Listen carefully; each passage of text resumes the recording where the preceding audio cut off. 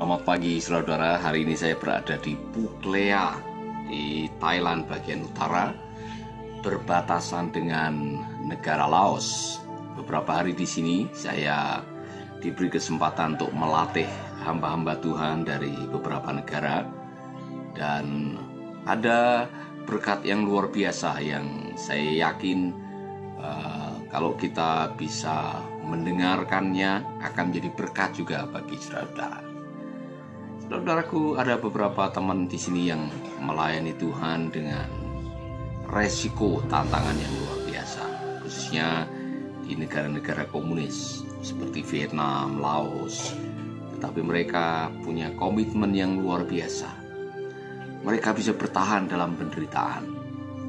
Pertanyaannya, apa yang membuat mereka bertahan dalam penderitaan?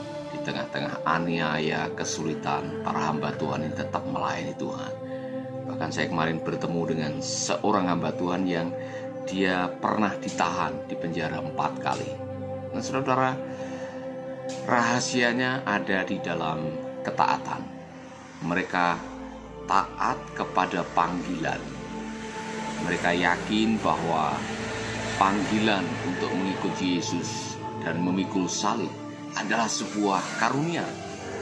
Cara pandang itulah yang membuat mereka merasa istimewa waktu diperlakukan sebagai narapidana karena Injil.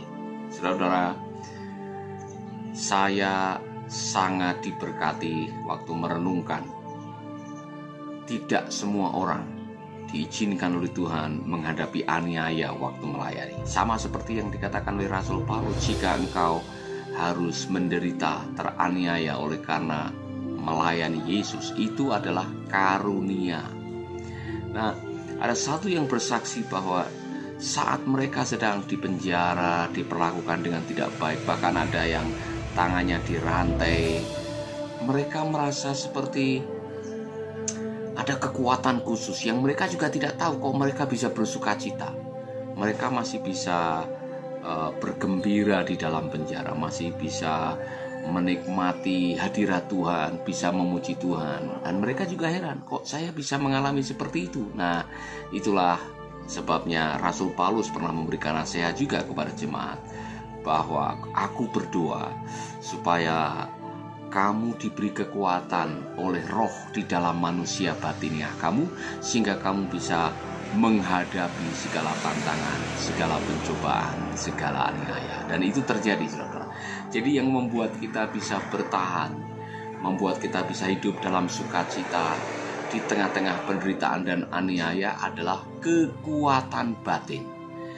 Itulah sebabnya, saudara, kita semua setiap hari punya kewajiban merawat batin kita, merawat hati kita. Di dalam hati kita ketika ada kekuatan firman, ada kekuatan iman, kita punya kekuatan batin untuk melawan semua tantangan yang terjadi dalam kehidupan kita. Mereka-mereka yang punya kekuatan batin seperti Rasul Paulus, pada waktu dia di dalam penjara, dia masih bisa menasihati umatnya, bersukacitalah. Sekali lagi katakan, bersukacitalah. Saudara, saya percaya ketika kita hidup di dalam roh, hidup di dalam firman, hidup dengan iman, kita masih bisa memuji Tuhan di tengah ujian-ujian kehidupan.